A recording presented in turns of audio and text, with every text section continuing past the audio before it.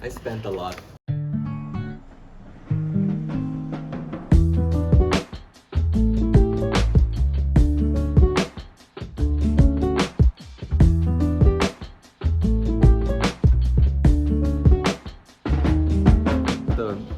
I hate saying this live, but what's up guys, Merkeebs here, and we're here in Tokyo, Japan, in Akihabara, and this right behind me is Yushakobo JP. It's their kind of version of like their only local keyboard vendor that isn't a big chain store.